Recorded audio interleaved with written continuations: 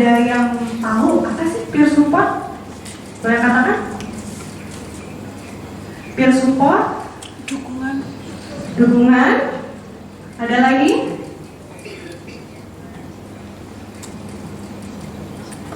Tentang peer support ini apa maksudnya?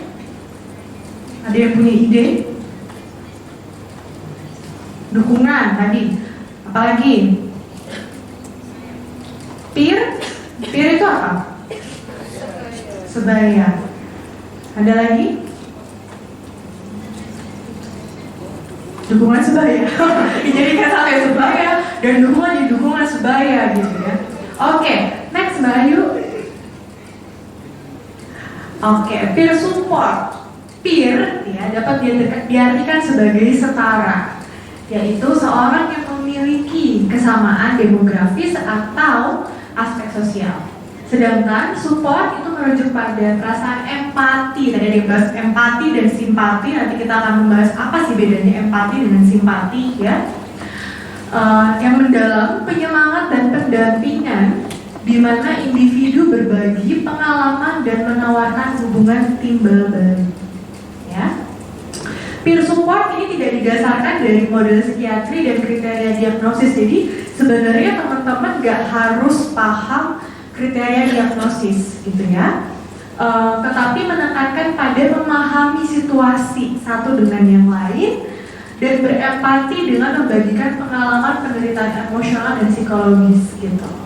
Nah, jadi untuk peer support ini sebenarnya ada macam-macam ya teman-teman ya.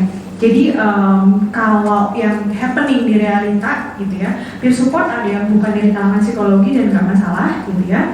Ada juga peer support yang khusus untuk sarjana psikologi gitu. Dan ini yang biasanya ada di platform-platform psikologi online, di mana mereka bukan psikolog tapi sebagai mentor, sebagai konselor gitu ya, di mana mereka ini harus sarjana psikologi gitu. Jadi ada beberapa jenis juga gitu. Dan kalau untuk yang khusus sarjana psikologi itu biasanya mereka memberikan pendampingannya lebih dalam. Jadi memberikan worksheet, terus boleh memberikan saran, tapi tidak boleh memberikan diagnosa gitu. Jadi peer support ini ada peer support dari non psikologi dan peer support psikologi, yang mana untuk peer support psikologi itu ranahnya jauh lebih dalam gitu ya. Sampai sini clear? Clear, oke, boleh next Mbak Ayu. Nah, hal-hal penting ketika menjadi seorang peer support, of course yang pertama saling mendukung dan memahami ya, hormat dengan siapapun itu lawan bicara kita ya, tanggung jawab bersama. Jadi keberhasilan suatu konseling, suatu terapi itu gak hanya dari pihak profesionalnya saja atau pihak konselornya saja gitu ya, tapi juga dari pihak klien. Ya, kami kalau di psikologi manggilnya klien, kalau di tempat kerja saya manggilnya mentee, bebas apalah namanya, konseling ya. Jadi itu tanggung jawab bersama, gak hanya dari kami ya, dari kita sebagai profesional, tapi juga dari pihak yang bersangkutan, apakah mau untuk dibantu atau enggak, atau dia nggak mau. Karena ada orang yang memang sebenarnya dia nggak mau untuk dibantu, dan kita nggak bisa paksa kalau memang dia nggak mau gitu. Karena nanti ujungnya akan resisten itu mental. Kita ngomong apa mental, ngomong ini mental, nggak bisa gitu ya. Oke. Terus yang berikutnya mendapatkan persetujuan yang bersangkutan untuk dibantu tadi ya. Jadi sebelum kita memberikan saran, jadi kan ada mendengarkan saja ya, ada memberikan saran juga. Jadi ketika kita setelah selesai untuk mendengarkan, kita boleh tanyakan ke mereka, kamu punten, maaf, kamu perlu untuk diberikan saran atau enggak? Itu yang kadang suka lupa. Kadang kita langsung aja nyerocos, udah kamu tuh masih gini. No, kita harus tanya dulu mereka mau diberi saran atau mereka hanya mau didengarkan. Itu berkaitan dengan preferensi tadi. Jadi mereka tuh cerita untuk apa? Untuk diberikan saran atau untuk didengarkan? Kalau mereka hanya mau didengarkan, ya udah dengarkan aja. Kalau mereka mau diberikan saran, baru berikan saran. Tapi itu juga ada beberapa caranya. Jadi nggak langsung, kamu harusnya gini, kamu harusnya gitu. Nggak langsung seperti itu ya teman-teman. Oke, next. Nah, kalimat yang biasanya diajukan oleh peer support dimulai dengan apa yang terjadi dengan kamu, bukan apa yang salah dengan kamu. Gitu. Saya pernah baca, saya lupa baca di mana, tapi gini. Kadang kita sebagai manusia ketika kita dalam kondisi yang lagi nggak well managed, ya, kita ngerasa bahwa kita rusak, I'm broken, gitu, aku salah dan sebagainya. No, mungkin kita hanya nggak tahu pada saat itu kita lagi kenapa, dan kita nggak rusak, ya. Jadi jangan tanya apa yang salah dengan kamu, karena kita bukan robot yang rusak, ada yang salah dengan kita. No. Clear teman-teman? Oke. Nah, ini ada 3 kualitas konselor menurut Rogers, ya, Carl Rogers, ya teman-teman. Boleh googling habis ini siapa sih Rogers itu? Ada 3. Ininya agak gak nyambung ya, ikannya saya lupa ganti. Oke. Jadi yang pertama adalah penghargaan tanpa syarat, ya. Jadi konselor itu memandang klien dengan martabat dan menghargai klien sebagai manusia yang berharga dan positif tanpa prasyarat apapun dan tanpa mengharap timbal balik. Ini yang cukup susah juga, gitu. Karena ketika memberikan saran, kadang yang kita inginkan adalah saran itu diterapkan, ya. Padahal kita juga harus ingat bahwa setelah kita memberikan, kita give something, belum tentu itu akan diterapkan, dan itu terserah mereka, bukan terserah kita, gitu ya. Jadi ketika kita memberikan sesuatu, ya terserah mereka mau diimplementasikan atau enggak. Makanya tadi kan keberhasilan dari suatu konseling, suatu terapi itu ada 2, dari pihak profesional dan dari pihak yang datang, gitu, dari pihak klien, gitu ya. Ada 2. Jadi kalau memang nggak mau mengimplementasikan nggak masalah sebenarnya. Legawa, ikhlas gitu loh kasih sarannya. Ya, ini yang kadang suka, udah tak kasih tahu sih gini. Nah itu, ya. Jadi ketika memberikan saran, memberikan masukan itu kita ikhlas bahwa mereka menerapkan atau tidak itu hak mereka. Gitu. Terus yang kedua, pemahaman empati. Nah, tadi ada simpati, ada empati, ya. Perbedaan antara empati dan simpati. Udah ada sih yang nggak bisa tanya sih. Terletak pada respon yang muncul setelah membayangkan apa yang dirasakan orang-orang lain. Ada yang tahu nggak perbedaannya apa? Responnya. Empati dan simpati. Boleh angkat tangan yang tahu? Apa mau nebak? Apa kita main tebak-tebakan. Empati dan simpati ada 2 ya. Ya boleh Panca. Mungkin secara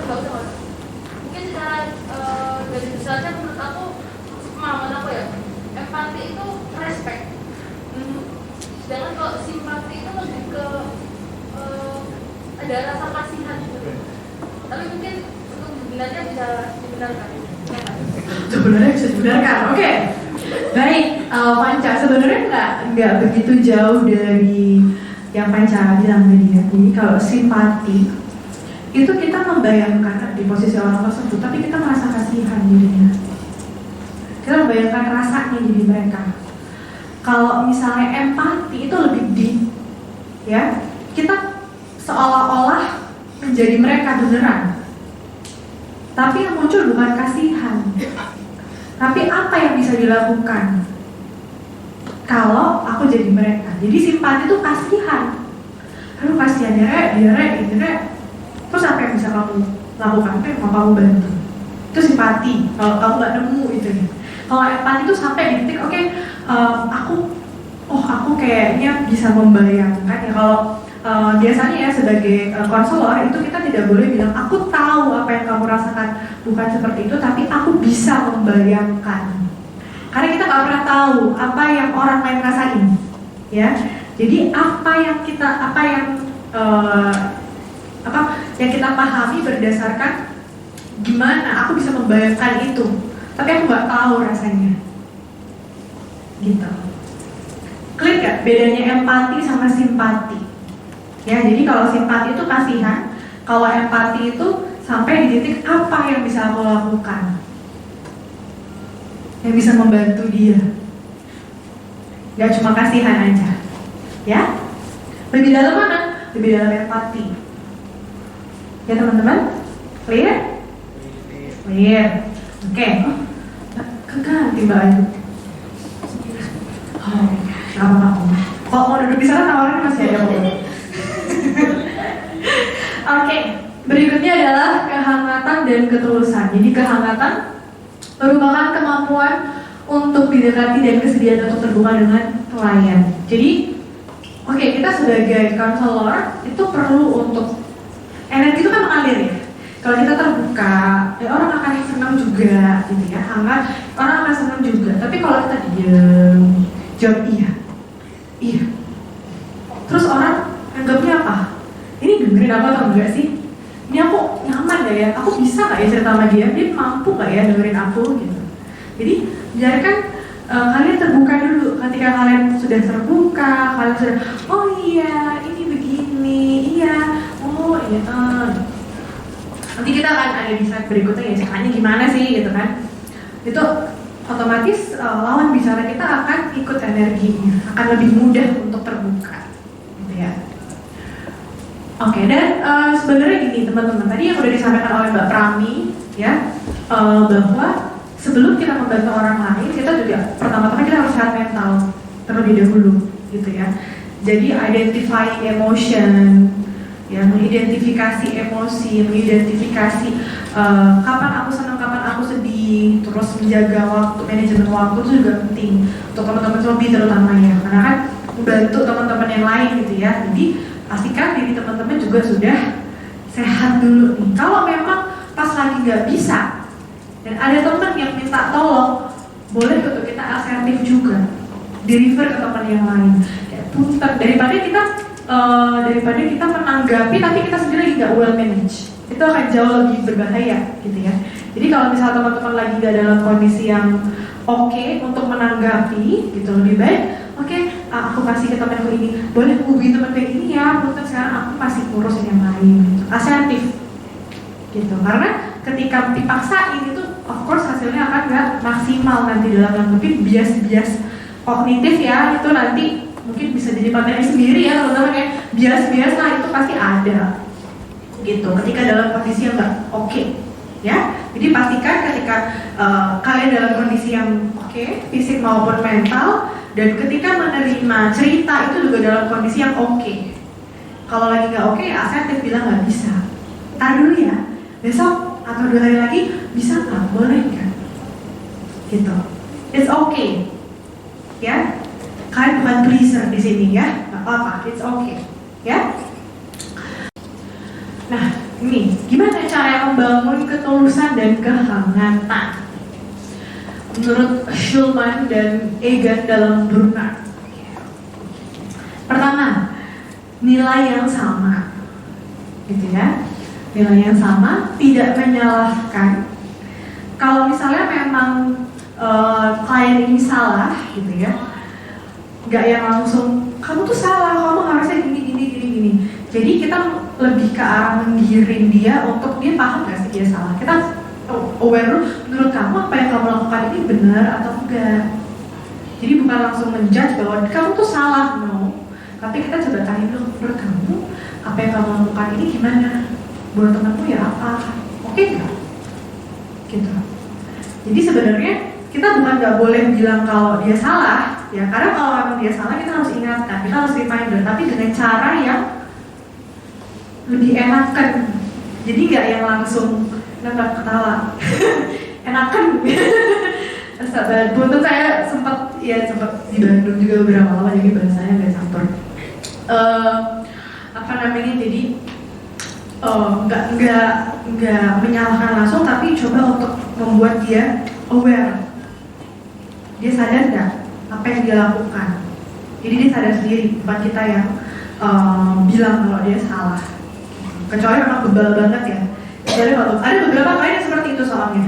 Jadi ada beberapa orang yang dia tuh nggak mau untuk mengaku salah. Tapi sebenarnya apa yang dilakukan tuh morally salah. Gitu. Jadi gimana cara kita untuk mengingatkan, gitu ya, bukan langsung untuk menjudge bahwa kamu tuh salah. Gitu. Oke, non-defensive. Non-defensive misalnya kita ada salah kata atau kita ada salah ngomong, minta maaf of course, gitu ya. Terus kalau misalnya dia nge-confront, oh kan Mbak bilang gini-gini, oh iya, mungkin tadi ada yang salah saya gitu. Jadi it's okay kalau memang dari pihak klien ternyata oh ada yang salah nih dari Mbaknya gitu. Oh kita akui tetap apa yang menjadi kesalahan. Penting. Kesetaraan ini yang cukup sulit ya. Tapi kalau di ranah mahasiswa mungkin kesetaraan ini masalahnya nanti di kakak tingkat adik tingkat, ya kakak tingkat adik tingkat. Karena ketika nanti menghadapi kakak tingkat itu yang biasanya agak bingung gimana sih caranya untuk membangun kesetaraan, gitu. Tapi pertama-tama ya kita harus percaya diri dulu dengan diri kita bahwa oh kita ini sudah terpilih, kita mampu, sudah dibekelin juga. Jadi coba untuk memposisikan diri ini setara dengan dia, gitu. Meskipun mungkin usianya 2 tahun, 3 tahun di atas ya, tapi ketika punya masalah kan dia datang ke kita berarti dia meminta bantuan. Ya, posisikan diri sebagai orang yang nggak tahu ini harus apa. Gitu. Jadi kita berusaha untuk menyamakan. Nah, ini gimana cara membangun ketulusan dan kehangatan? Menurut Schulman dan Egan dalam Burnout. Pertama, nilai yang sama, gitu ya. Nilai yang sama, tidak menyalahkan. Kalau misalnya memang klien ini salah, gitu ya, nggak yang langsung kamu tuh salah, kamu harusnya gini. Jadi kita lebih ke arah menggiring dia untuk dia paham nggak sih dia salah. Kita aware menurut kamu apa yang kamu lakukan ini benar atau enggak. Jadi bukan langsung menjudge bahwa kamu tuh salah, no. Tapi kita coba tanya dulu, menurut kamu apa yang kamu lakukan ini gimana? Buat temanmu ya apa? Oke nggak? Gitu. Jadi sebenarnya kita bukan nggak boleh bilang kalau dia salah, ya karena kalau memang dia salah kita harus ingatkan, kita harus reminder, tapi dengan cara yang lebih enakan. Jadi nggak yang langsung nembak ketawa, enakan. Untuk saya sempat di Bandung juga beberapa lama, jadi bahasanya nggak campur. Jadi nggak menyalahkan langsung, tapi coba untuk membuat dia aware. Dia sadar nggak apa yang dia lakukan. Jadi dia sadar sendiri, bukan kita yang bilang kalau dia salah. Kecuali memang bebal banget ya. Kecuali kalau ada beberapa klien yang seperti itu soalnya.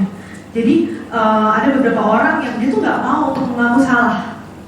Tapi sebenarnya apa yang dilakukan tuh morally salah. Gitu. Jadi gimana cara kita untuk mengingatkan, gitu ya, bukan langsung untuk menjudge bahwa kamu tuh salah. Gitu. Oke, non-defensive misalnya kita ada salah kata atau kita ada salah ngomong, minta maaf of course, gitu ya. Terus kalau misalnya dia nge-confront, oh kan Mbak bilang gini-gini, oh iya, mungkin tadi ada yang salah saya gitu. Jadi it's okay kalau memang dari pihak klien ternyata oh ada yang salah nih dari Mbaknya gitu. Oh kita akui tetap apa yang menjadi kesalahan. Penting. Kesetaraan ini yang cukup sulit ya. Tapi kalau di ranah mahasiswa mungkin kesetaraan ini masalahnya nanti di kakak tingkat adik tingkat, ya kakak tingkat adik tingkat. Karena ketika nanti menghadapi kakak tingkat itu yang biasanya agak bingung gimana sih caranya untuk membangun kesetaraan, gitu. Tapi pertama-tama ya kita harus percaya diri dulu dengan diri kita bahwa kita ini sudah terpilih, kita mampu, sudah dibekelin juga. Jadi coba untuk memposisikan diri ini setara dengan dia, gitu. Meskipun mungkin usianya 2 tahun, 3 tahun di atas ya, tapi ketika punya masalah kan dia datang ke kita berarti dia meminta bantuan. Ya, posisikan diri sebagai orang yang nggak tahu ini harus apa, gitu. Jadi kita berusaha untuk menyamakan, gitu. Kalau memang dia nggak masalah, ya oke, ya nggak apa-apa. Persetujuan dari pihak kliennya juga seperti apa maunya, ya, gitu. Lumayan ya. Oke, next. Sudah ya? Cek lagi, sampaikan ada lagi nggak ya? Oh, oke. Teman-teman, jadi dalam mendengarkan ya, ini kasus yang cukup unik. Ada beberapa klien itu, beberapa orang yang senang tuh untuk iya, oh iya, ada yang suka digituin, ada yang suka kita diem aja, ya, ada yang suka kita ya, maksudnya langsung ngasih, kamu tuh harusnya gini. Jadi kita perlu pintar untuk membaca mereka tuh pengen apa, tanya. Kalau misalnya bingung tuh tanya, kamu lagi pengen, kamu nyamannya apa, aku boleh memberikan saran langsung atau gimana, kamu mau didengarkan atau enggak. Tadi yang di awal ya, kamu mau didengarkan atau kamu memberikan bantuan gitu. Dan ada satu, saya berbagi pengalaman gitu ya, ada satu kasus lucu waktu saya menghadapi Randy. Jadi saya on off voice gitu ya. Terus Mary bilang gini, Mbak, saya perlu Mbak untuk ngomong iya, oke. Ada yang ngomong kayak gitu. Jadi, oh iya, berarti itu matters ya. Ketika kita ada respon, oh cuma itu doang, oh itu matters buat beberapa orang, gitu ya. Jadi kita coba untuk belajar mengenal lagi banyak refleksi dan jam terbang ya teman-teman, gitu. Berat gak sih? Oke ya, bisa ya, pelan-pelan ya, gak apa-apa kok. Gak apa-apa sih. Maksudnya mungkin terlihat kok kayaknya sulit daripada sebenarnya ya nggak juga kok. Kalau memang kalian ini kan volunteer base ya, benar ya, tapi volunteer base ya, volunteer base itu kan berarti kan sudah ada keinginan untuk membantu teman-teman yang lain, gitu. Dan ini juga bisa kalian implementasikan di luar hobi ya, dalam lingkup pertemanan biasa boleh, lingkup keluarga juga boleh. Untuk teman-teman dari psikologi mungkin bisa jadi pengalaman nanti setelah lulus S1 mau daftar platform psikologi online boleh. Di Surabaya ada, di Jakarta ada, di Bandung juga kayaknya ada gitu ya, online, santai, banyak di sini, jadi bekal. Oke, teman-teman, terima kasih, itu aja dari saya. Mudah-mudahan bisa bermanfaat untuk teman-teman semuanya. Nanti akan diberi